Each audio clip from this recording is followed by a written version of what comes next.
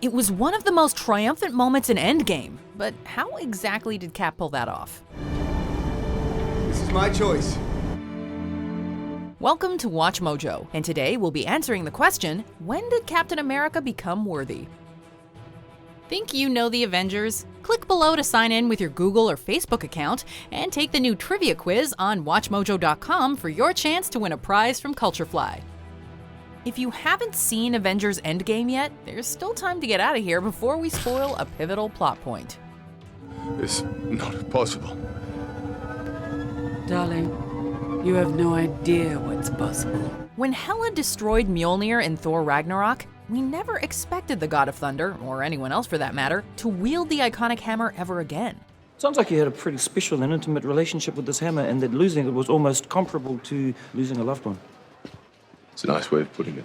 Thanks to time travel, however, Thor is able to reclaim his hammer in the year 2013 and bring it back to 2023. He isn't the only one who uses Mjolnir during the climactic showdown. When Thanos has a defenseless Thor pinned down, Mjolnir gravitates towards Steve Rogers. With his shield in pieces, Mjolnir becomes Cap's main weapon of choice throughout the Battle of Earth. This epic moment is reminiscent of the mighty Thor number 390, in which Captain America manages to summon Mjolnir in glorious battle. Are you even pulling? Are you on my team? In the continuity of the MCU, however, this scene was first teased in Avengers Age of Ultron, as our heroes all try to lift Thor's hammer. Naturally, nobody other than Thor can pick up Mjolnir. For a fleeting second, though, Rogers is able to marginally move it, much to Thor's shock.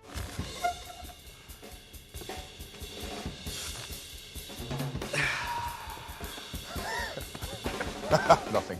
Nevertheless, as far as the audience knows, Rogers isn't worthy enough to raise the hammer off the table. It's a very, very interesting theory. I have a simpler one.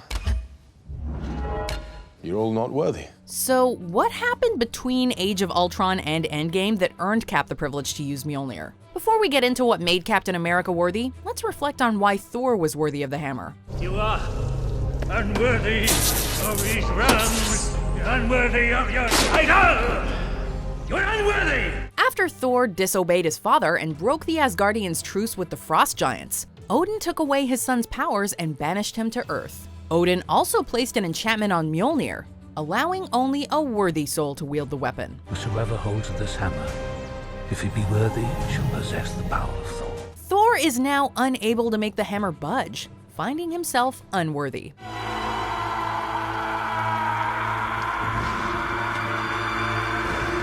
When Loki sends his destroyer to Earth, though, Thor selflessly puts himself in harm's way to protect the people he loves. Thor is thus deemed worthy of Mjolnir, which restores all of his powers in the process.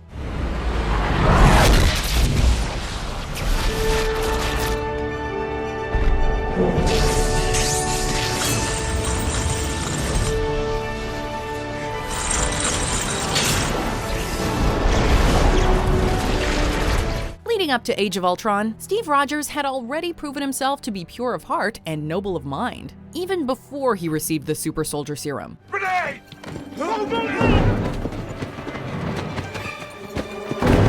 Get away! Get back! He was ready to make the ultimate sacrifice in the first Avenger, defended New York against the Chitauri invasion in the Avengers, and took on Hydra again in the Winter Soldier. He even had to fight his supposedly dead best friend. People are gonna die, Buck. I can't let that happen. What more could this guy possibly do to become worthy of Mjolnir? Vision can lift it moments after being born. So there may be no way to make you trust me, but we need to go. So if taking down Hydra twice and defending the Earth from alien invaders wasn't enough to impress the hammer, what was? The events of Captain America's Civil War might have tipped the scale in Rogers' favor. It wasn't necessarily Rogers' brave actions, but rather his brave decisions in the film that proved his worth. What if this panel sends us somewhere we don't think we should go? What if there's somewhere we need to go and they don't let us? We may not be perfect, but the safest hands are still our own. Although standing up to an army is one thing, standing by your values is another. Even with his friends and country against him, Cap protected Bucky and refused to sign the Sokovia Accords, fighting for what he believed was right. I'm doing what has to be done to stave off something worse. You keep telling yourself that.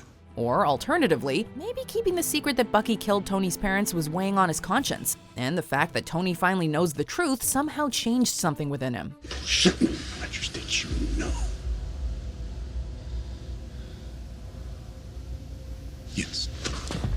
Neither is all that convincing when compared to his acts of selflessness and sacrifice. Of course, there have been plenty of moments since Civil War that demonstrated Cap's virtue as well. In Avengers Infinity War, he not only saved Vision and Scarlet Witch when they were ambushed in Scotland, but also led the charge against Thanos' forces in the Battle of Wakanda. Get out of here!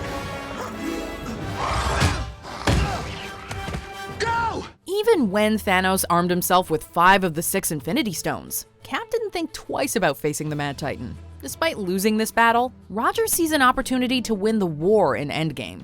This is gonna work, Steve. I know it is. Because I don't know what I'm gonna do if it doesn't. Along with his fellow Avengers, Captain America puts his life on the line and risks everything to undo the snap.